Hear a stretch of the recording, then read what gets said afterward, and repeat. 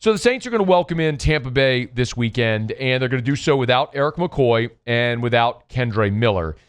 And both of these are obviously significant losses. Erik McCoy, massively so, especially when you're talking about having two young quarterbacks in Spencer Rattler and Tyler Shuck trying to develop in the league. And here you have a two-time Pro Bowl center in Erik McCoy, who's been a stalwart in New Orleans for almost a decade now, one of the best centers in the NFL, and now you're replacing him with Luke Fortner. By the way, when Moore met with reporters on Wednesday, he did confirm that it will be Fortner replacing McCoy.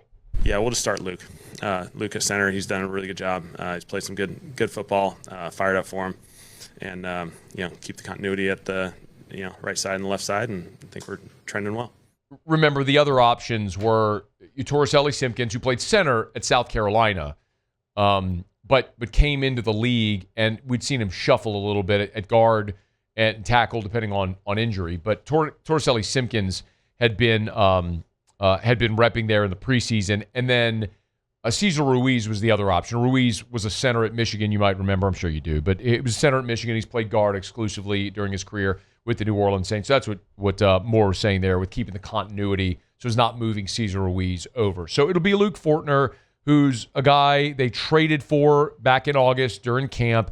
Fortner was a third-round pick out of Kentucky, drafted by Jacksonville, started every game his first 2 years in the NFL, and all 17 games, played center in his rookie year, played guard in his second year in 2023, and then last year played in all 17 games but didn't start. He had lost his starting position, and then Jacksonville traded him in August, part of the Colin Saunders trade. So the Saints acquired a young veteran who was a top 100 draft pick when he was taken in round 3 back in 2022, 6'4", 307. The guy's played in 58 games in his NFL career. He's made 34 starts, so he's played a lot of football.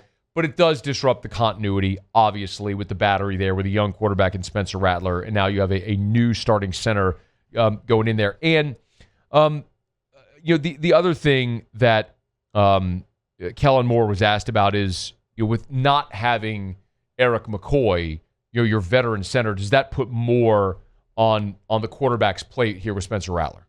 I think it still starts the O-line. Those guys communicate at a really high level. The QB always has his tools within protections and adjustments that he can utilize, and so I think that group's been working well together. And there's an adjustment without Erik, but they'll handle it well.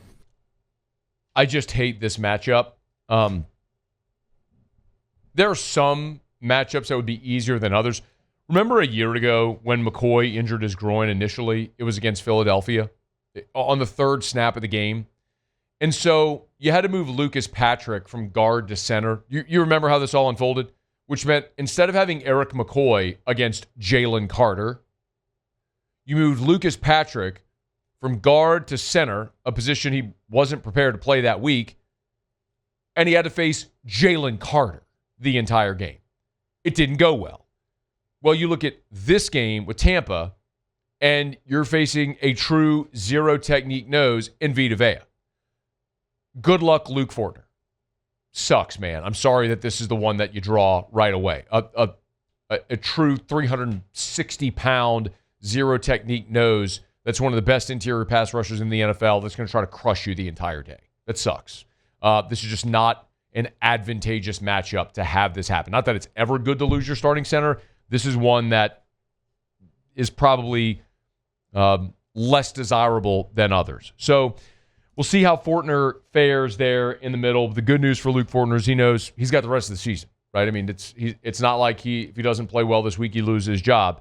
I mean, they're going to keep Cesar Ruiz at guard. It's basically Fortner, who they traded for as a veteran, or Torricelli Simpkins. It sure sounds like they're going to go with Fortner, and he'll be their center for the remainder of the season. So a lot of opportunity to develop some continuity there, but this is an unenviable task to draw Vita Vea here with Tampa. Now, the other player that obviously is going to be gone this week is Kendre Miller, out for the season with a torn ACL. There's a really good feature up at LouisianaSports.net right now if you'd like to check it out. It's right there on the homepage. I think it's actually still there at the top. Ross Jackson over at LouisianaSports.net was able to have an exclusive one-on-one with Devin Neal. And Devin Neal, the rookie out of Kansas, is going to get his opportunity this week with Kendre Miller out. So if you want to go read that exclusive that Ross did, it's up at Louisiana Sports Site. It's at the top of the homepage if you want to read it right now. But Kellen Moore, when he met with reporters, talked about what stands out about Devin Neal. Great vision, good cut. He's got a good balance to him. I think he just has a good feel for the run game. The other thing that could be really significant this week, depending on how many reps that Devin Neal gets, and I don't know how many it'll be. Remember, they signed Velus Jones as well from the practice squad, so Velus Jones could factor in as well. It's someone they like. We've seen him in the return game already this year.